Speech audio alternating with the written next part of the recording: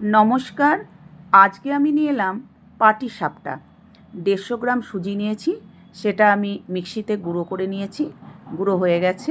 এটা আমি একটা পাত্রে রেখে আবার মোটামুটি 50 গ্রাম চিনি দিয়ে চিনিটাকেও আমি মিক্সিতে পেস্ট করে নিয়েছি, সেটাকেও আমি ওর মধ্যে দিয়ে আর দিলাম 100 গ্রাম সাদা ময়দা।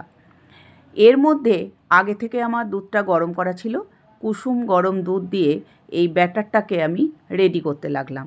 বেশ ঘন লাগছে দেখে আমি আবার কিছুটা দুধ দিলাম। দুধ দিয়ে এটাকে আমি ব্যাটারটা রেডি করে আমি এটাকে আধ ঘন্টা রেস্টে রেখেছি। আর এদিকে আমার চাঁচি পুর দেওয়ার জন্য তৈরি হচ্ছে। আমার দেখে মনে হলো যে আর একটু ঘন হয়ে গেছে, তাই আমি আবার কিছুটা দুধ দিয়ে এটাকে মোটামুটি একটু পাতলা করে নিয়েছি। এরপর ফ্রাইং প্যানে কিছুটা সাদা তেল দিয়ে একটা টিস্যু পেপার দিয়ে মুছে আমি হাতার সাহায্যে ব্যাটারটা দিয়ে হাতার সাহায্যে গোল করে নিলাম। এরপর আমি কিছুক্ষণ পর দেখলাম বেশ সুন্দর উঠছে, তখন আমি দিয়ে দিলাম আমার সেই চাঁচির পুরটা দেওয়ার পর আমি আস্তে আস্তে একটা দিক করে ফোল্ড করতে লাগলাম। দেখো আমার পাটিসাপটা রেডি হয়ে গেছে। আবার তোমাদেরকে আরেকটা করে দেখাচ্ছি।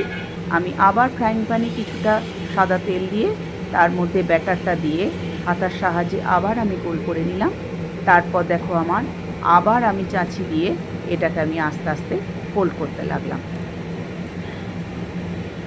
একটা ভাঁজ একটার পর একটা ভাঁজ দিয়ে এটাকে আমি রেডি করেছি। তো এই পাটিসাপটা আমি শিখেছি আমার ছোট ঠাকুমার কাছে, মানে আমার বরের ছোট ঠাকুমা। উনি অনেক কিছু রাঁধতে জানতেন, তো আমাকেও উনি শিখিয়েছিলেন। আর আমার এই পাটিসাপটা রেসিপি যদি তোমাদের পছন্দ হয় তাহলে আমার চ্যানেলে সাবস্ক্রাইব করে আমার পাশে থেকো, তাহলে আমি আরও নতুনত্ব খাবার বানিয়ে তোমাদের কাছে নিয়ে আসব। নমস্কার।